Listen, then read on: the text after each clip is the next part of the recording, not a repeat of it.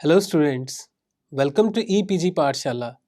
I am Dr. Vishal from Maharaja Agharsen University, Badi, Himachal Pradesh. Today, we are going to talk on module Financing of Enterprise, Role of Agencies for Financial Support from the paper Entrepreneurship Development and Project Management. After completing this module, you will be able to understand the stages of financing an enterprise, understand the concept of financing a new enterprise, describe methods of estimating financial requirements, understand the various sources of arranging finance for the enterprise, and understanding the role of agencies for financial support to enterprise. The ultimate success of an enterprise depends upon availability of sufficient finance. In other words, finance is the prerequisite for mobilizing the resources of an enterprise. An enterprise requires finance at every stage of its life cycle. For example, in the inception stage, it needs finance for setting up plant and purchasing fixed assets such as machines and equipments. However, in the development stage, finance is required for continuous mobilizing and upgradation of enterprises to survive and grow in today's competitive business environment. In addition, the efficient functioning of various departments such as production, marketing, research, and development of the enterprise depends on smooth flow of finance. For example, the marketing department of an enterprise needs a sufficient amount of funds for promoting and distributing the product. Therefore, an enterprise needs to be prudent while managing finance for a project. The financial needs of an enterprise depend on various factors such as size and the nature of business. An enterprise can raise long-term finance by issue of equity and preference shares, borrowing capital, using retained earnings, and on the other hand, medium-term finance can be raised through lease finance, hire purchase, and public deposits. Short-term finance is raised through trade credit, installment credit, certificate of deposits, and bank loans. Apart from this, an enterprise can also raise finance from various financial agencies such as commercial banks and cooperative banks. The Indian government has opened several institutions such as Small Industries Development Organizations and National Small Industries Corporation to provide financial assistance to small and medium scale entrepreneurs. Stages of financing an enterprise. There are basically two stages of financing an organization: early stage financing and later stage financing. Early stage financing is required at seed capital stage, startup stage, and second round financing. And later stage financing is required at expansion finance, bridge financing, replacement finance, turnaround, buyout deals, management buyouts, management buy-ins. Every enterprise requires finance for establishing its business and carrying out various related activities. Financing a new enterprise essentially involves two parts, that is, estimating the funds or capital requirement and deciding the sources. An enterprise has two types of financial requirements, namely fixed capital and working capital, which are discussed as follows. Working capital. It is that capital which is invested in current or short-term assets. It covers expenses, such as buying the raw material, payment of wages and salaries, rent, fuel, electricity and water, repairs, and maintenance and advertising. The prepaid expenses, cash, inventory, and the bills and receivables are regarded as current assets. The funds invested in current assets are recovered by realizing cash. Therefore, working capital is also regarded as revolving capital or circulating capital. Fixed capital. The fixed capital helps in purchasing fixed or durable assets such as land, building, machinery, equipment, and furniture. The fixed capital is also known as long term capital. The amount of fixed capital depends mainly upon the nature and size of the business.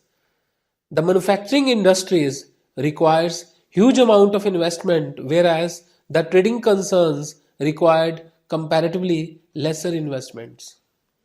Now let's discuss the role of agencies for financial support to enterprises. The financial institutions fund only term loans required for creating fixed assets. The agencies which aid entrepreneurs include state financial corporations, which are 18 in number in India, Industrial Development Bank of India, which is termed as IDBI, Small Industries Development Bank of India, SIDBI, Industrial Finance Corporation of India, IFCI, and State Industrial Development Corporation, etc. IDBI, IFCI, and SIDBI were only refinancing loan extended to SMEs at the time of their incorporation. IDBI and IFCI were funding large-scale industries in addition to underwriting the shares and promoting joint sector ventures. Later, their functions have changed, and today all of them extend term loan to small scale industries directly and also refinance the loan given by the banks to entrepreneurs. SFCs and SIDCs operate at state level and provide funds for industrial development and are involved in joint sector ventures and underwriting shares. Estimating financial requirements of an enterprise. The financial requirements on the basis of period of use are classified into three types, which are as follows: long-term capital, medium-term capital, and short-term capital. Long-term capital is required to finance the fixed capital and permanent part of the working capital. It is raised through various sources such as by issuing debentures and shares and taking loans and advances from banks and other financial institutions. It is the capital which is required for a period of 5 years or more. Medium-term capital. This kind of capital is required for performing different activities like renovation of buildings, expenditure on advertising, and modernization of machinery, etc. This capital can be raised from different sources such as issuing of debentures and shares and reinvestment of accumulated profits. The medium term capital is required for a period of 2 or 5 years. Short-term capital. Short-term capital is required to finance the current assets and to meet day-to-day expenses. It can be raised from various sources such as banks, installment credit, and trade credit. The short-term capital is indeed for a the short-term capital is needed for a period of less than a year. Now we will discuss the various long-term sources of finance. Number one is equity financing. Equity financing refers to a method of raising long-term funds by selling the common and preferred stock of the enterprise to the investors. The investors get ownership interest in the enterprise in return of amount paid by them for purchasing the common stock and preferred stock of the enterprise. It can be raised through shares, and shares are easily transferable and involve limited liability of shareholders to the face value of the shares. The shares are basically of two types: equity shares and preference shares. Next is debt financing. Debt financing is a form of financial instrument that provides long-term debt to an enterprise. It can be raised through debenture capital, a source to raise debt capital. Debt financing is an agreement between the enterprise and a debenture holder. It clearly indicates that the enterprise would repay the debt at a specified date to the debenture holders. If an enterprise raises funds through issuing debentures, it needs to pay a fixed rate of interest at regular intervals. Debenture holders of an enterprise are known as creditors. Next, term loans. Term loans are the types of long-term loans that are raised for the duration of 3 to 10 years from banks and financial institutions. Term loans carries floating rate of interest and have predetermined maturity period. The main sources of these loans are IDBI, ICICI, commercial banks and IFCI, etc. And enterprises uses term loans to purchase fixed assets and fund projects having long gestation period. The following are the sources of medium-term finance. Number 1. Retained earnings. In retained earnings, the enterprise uses its accumulated profits for future investments, which can be long-term and short-term in nature. At the end of each financial year, some of the undistributed profits are left with the enterprise. These profits are transferred to reserve funds each year, and this fund is known as retained earnings. Lease finance. Lease finance is an agreement between the owner of assets, called the lessor, and the user of assets, called the lessee. In lease finance, only possession of asset is transferred to a lessee and ownership of the title remains with the lessor. Lessee makes payment to the lessor after a specified period of time to use the asset. This periodical payment is called as lease rent. Hire purchase. In a hire purchase, there is an agreement between a hiree, who is the owner of the property, and a hirer, who is the user of the asset. As per this agreement, the hiree transfers his asset to the hirer, keeping ownership of the title with himself, and the hirer gets the possession of the asset. In a hire purchase, the beneficiary receives the payment from the hirer periodically. The payment made to the hiree is divided into two parts, that is, capital repayment and the interest. Public deposits. Public deposits are a significant way of raising medium-term fund. It can be defined as funds and loans raised from general public, employees, and other similar kind of depositories. The decision to provide trade credit depends on the mutual understanding of both the buyer and supplier. The supplier takes the decision to extend trade credit after taking into consideration creditworthiness, goodwill, and record of previous transactions of the buyer. Next is installment credit. Installment credit is another source of short-term financing in which the amount that is borrowed is repaid with interest in equal installments. It is also called installment plan or hire purchase plan.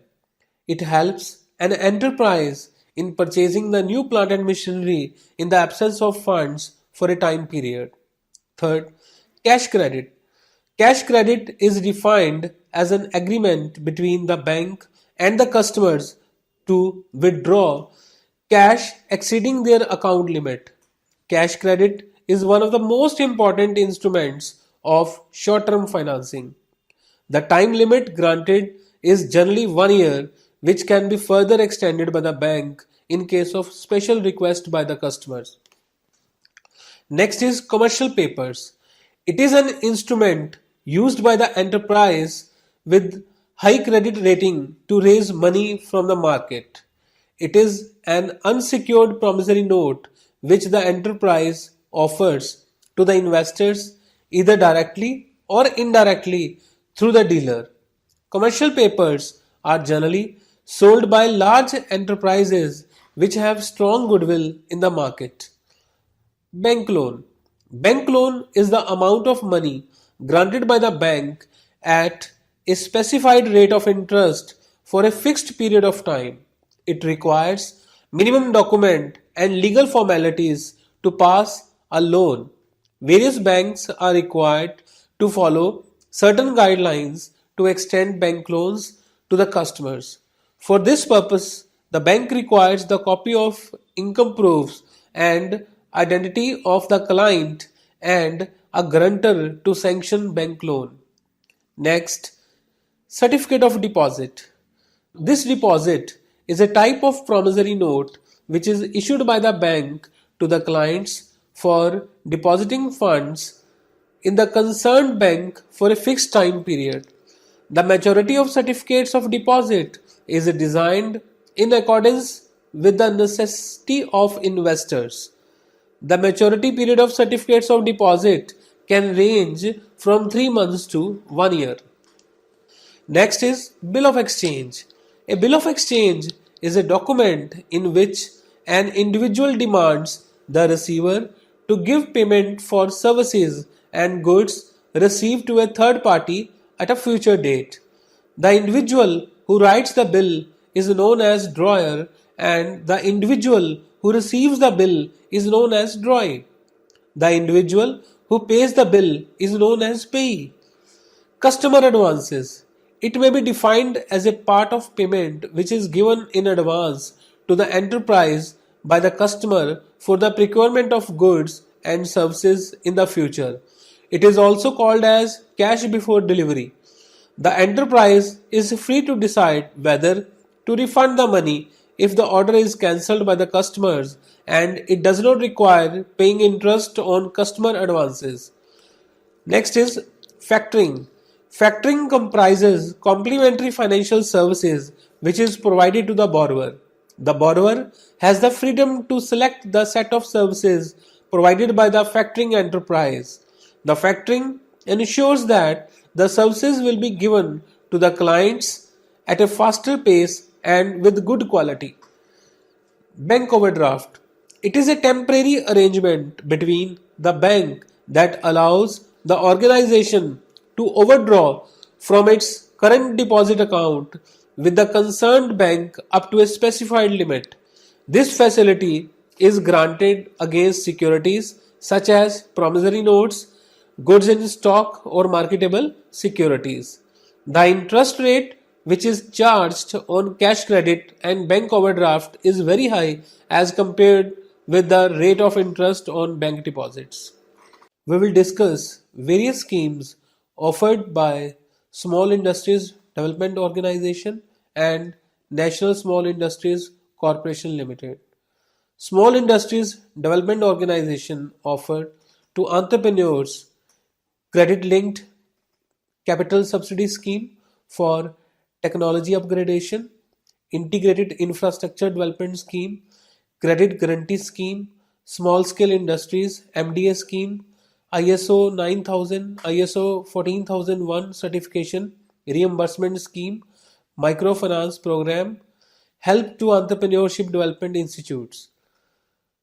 National Small Industries Corporation Limited offered to entrepreneurs the following schemes: financing for procurement of raw material, financing through syndication with banks, equipment financing, financing for marketing activities, technology sports scheme, marketing sports scheme, performance and credit rating schemes for small industries. Now, we will discuss the schemes offered to entrepreneurs under Small Industries Development Organization. Number one is Credit Linked Capital Subsidy Scheme for technology upgradation.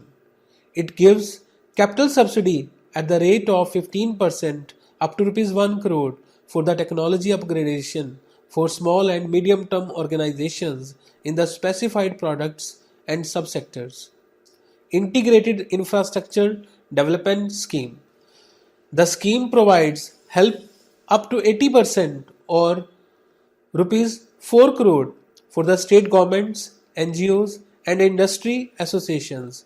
But initially this assistance was up to 45% or rupees 2 crore, whichever is less, for setting up a new industrial undertaking. Credit Guarantee Scheme. Under this scheme, the loans are given up to a limit of rupees 25 lakh. Small Scale Industries MDA Scheme. The scheme provided funds up to 25% of cost for producing publicity material, up to rupees 2 lakh for sector specific subsidies and 90% for to and fro airfare to the small entrepreneurs for attending in fairs and exhibition abroad. ISO 9000 ISO 14001 certification reimbursement scheme. This facility is given for obtaining ISO 9000 to the limit of 75% or rupees 75,000, whichever is less. Microfinance program. This facility is given for graduate the entrepreneurs from consumption and production credit to start a small new venture. Help to entrepreneurship development institutes. For developing the training infrastructure, 50% or rupees 1 crore, whichever is lower, is given to the state governments. Now, we will discuss the schemes under National Small Industries Corporation Limited. Credit Support Scheme. The credit requirements of small scale industries are facilitated by NSIC, such as financing for procurement of raw material. The agency takes care of all the procedures, documents and issue of letter of credit and other bank related documents in case of imports required for the purchase of raw materials. Heavy discounts are given to the SSIs for bulk purchases. Financing through syndication with banks. With the help of strategic alliances between the commercial banks and the small enterprises, facility of funds are provided. Equipment financing. By availing the facility of installment purchase, hire purchase and term loan, the finance is given to SSIs for purchasing equipments. Financing for marketing activities. Various marketing facilities such as internal marketing, rural marketing, exports, and bill discounting facilities are given under this scheme. Technology Support Scheme. The services provided under this scheme are the recommendations on application of new techniques, material testing facilities in the special laboratories, environment and energy services at selected centers, practical as well as theoretical training for the upgradation of skill. Marketing Support Scheme. NSIC promotes small industries products and has introduced a number of schemes to support small enterprises in their marketing activities and enhance its market share. Performance and credit rating schemes for small industries. The credit rating agencies enable the small enterprises to conduct the SWOT analysis of their current activities and take prompt action. Now let's discuss the role of banks for promoting entrepreneurship. The Indian banking sector under the aegis of Reserve Bank of India may be classified under three heads, namely commercial banks, regional rural banks and cooperative banks. In the commercial banks group, there are public sector banks and private sector banks. Under public sector banks, there are State Bank Group and nationalized banks. In State Bank Group, we have State Bank of India and its subsidiaries. Except private sector bank, all the banks are backed by the government and follow the government directions issued through RBI. As regards cooperative banks, which are mainly into financing agriculture sector, do get their refinance from NABARD on the advance that they extended to non-farm sector activities, that is industrial activity. We will discuss the schemes for providing assistance to entrepreneurs by the banks. These are working capital finance extended to all segments of industries and service sector, deferred payment guarantees to support purchase of capital equipment, corporate term loan to support capital expenditure for setting up new ventures as also for expansion, renovation, technology upgradation and venture capital etc. Loans for small business borrowers, export and import finance and advance against shares. Some private sector banks also extend loan to SMEs, but their main purpose is to maximize their wealth. So students, let's now summarize what we have learnt in this module. Finance is the prerequisite for mobilizing the resource of an enterprise. An enterprise requires finance at every stage of its life cycle. For example, in the inception stage, it needs finance for setting up plant and machinery, purchasing of fixed assets such as machines and equipments. However, in the development stage, finance is required for continuous mobilization and upgradation of enterprises to survive and grow in today's competitive business environment. In addition, the efficient functioning of various departments such as production, marketing, research, and development of the enterprise depends on smooth flow of finance. In this module, various sources of finance has been discussed in detail. The main emphasis in this module is on discussing the role of agencies for providing financial support to the entrepreneurs.